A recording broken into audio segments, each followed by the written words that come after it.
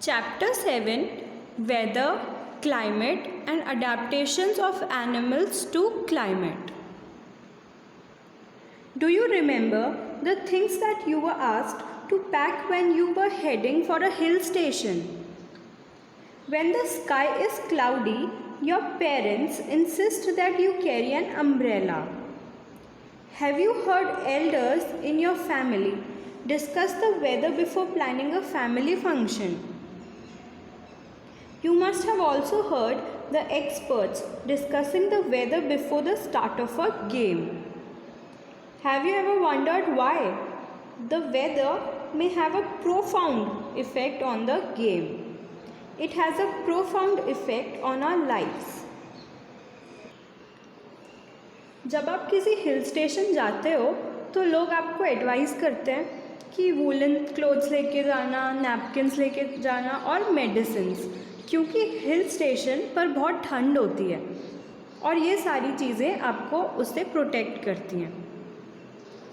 जब आसमान में बहुत बादल होते हैं तब आपके पेरेंट्स आपको बोलते हैं अम्ब्रेला कैरी करने के लिए। यहाँ तक कि जब आप कोई हॉलीडे या फिर फैमिली पिकनिक प्लान करते हो तभी भी आप सबसे पहले मौसम के बारे में ही सोचते हो।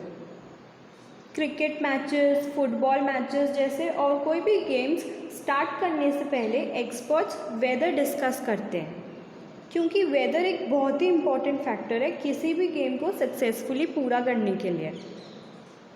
और वेदर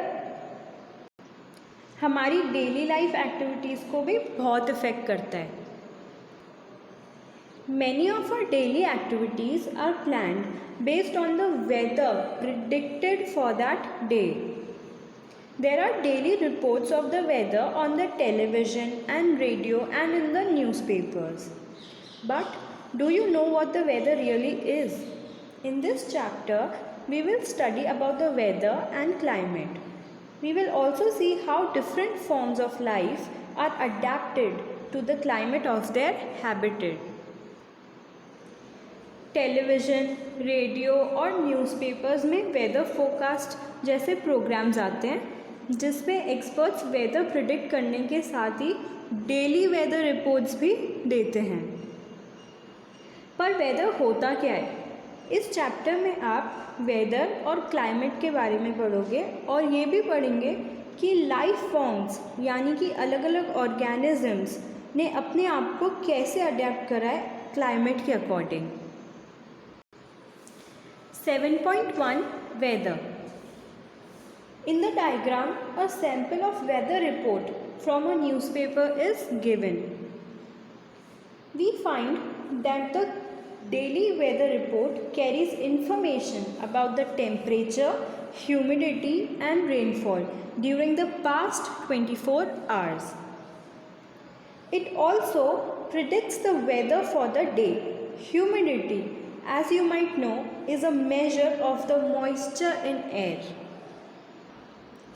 न्यूज़पेपर्स में जो डेली रिपोर्ट्स आती हैं वो पिछले 24 घंटे का टेम्परेचर, ह्यूमिडिटी और रेनफॉल के बारे में बताते हैं और वो आने वाले कल के वेदर को भी प्रिडिक्ट कर सकते हैं। अच्छा, ह्यूमिडिटी क्या होता है? हवा में कितना मॉइस्चर कंटेंट है वो होता है humidity. Activity 7.1. Cut out the weather reports of the last week from any newspaper. If you do not get a newspaper at home, borrow from your neighbors or friends and copy these reports in your notebook. You can also collect weather reports from a library. Paste all the cutouts of a white sheet or on a chart paper. Now record the information from the weather reports collected by you in table 7.1. The first row is just a sample. Fill all the columns according to the data in the chart that you have prepared. Activity 7.1 में आपको क्या करना है? किसी भी newspaper में से आप वेदर रिपोर्ट्स को कट कर लेना। अगर आप कट नहीं कर सकते हो तो आप नोटबुक में वेदर रिपोर्ट्स कॉपी कर लेना। या आप किसी भी लाइब्रेरी से वेदर रिपोर्ट्स कलेक्ट कर सकते हो। सारे कटआउट्स जो आपने कलेक्ट करे हैं उनको एक वाइट शीट या फिर चार्ट पेपर पर पेस्ट कर देना। टेबल 7.1 में वो सारी इन्फॉर्मेशन लिखना जो आपके न्यूज़पेपर कटिंग्स में है। फॉर एग्ज़ाम्पल, फर्स्ट कॉलम में डेट लिखना, जैसे भी दिन आपने सैम्पल्स कलेक्ट करें। सेकेंड कॉलम में मैक्सिमम टेम्परेचर, फिर थर्ड कॉलम में मिनिमम टेम्परेचर, फोर्थ कॉलम में minimum humidity and in the next column maximum humidity, lastly rainfall. इसमें भरना है कि उस दिन बारिश हुई थी कि नहीं हुई थी। मैं आपको एक कॉलम फिल करके बता देती हूँ। सपोजिटली अगर हम कल की बात करें, यानी कि 8 अक्टूबर 2020, तो कल का मैक्सिमम टेम्परेचर अगर 36.2 डिग्री सेल्सियस माना और मिनिमम टेम्परेचर 27.8 डिग्री सेल्सियस, तो 36 डिग्री सेल्सियस हम फर्स्ट कॉलम में यानी कि मैक्सिमम टेम्परेचर वाले कॉलम में फिल करेंगे और मिनिमम टेम्परेचर वाले कॉलम में 27.8 डिग्री सेल्सियस। मिनिमम ह्यूमिडिटी 54% और मैक्सिमम ह्यूमिडिटी 82%। रेनफॉल, कल के दिन कोई बारिश नहीं हुई इसलिए वो कॉलम नील रहेगा। रेनफॉल का कॉलम ज़रूरी नहीं है कि आप रोज़ फिल करो, क्योंकि मोस्ट ऑफ द डेज बारिश नहीं होती है। अक्टूबर में। Now moving forward, do all the 7 days have the same maximum and minimum temperatures, humidity and rainfall?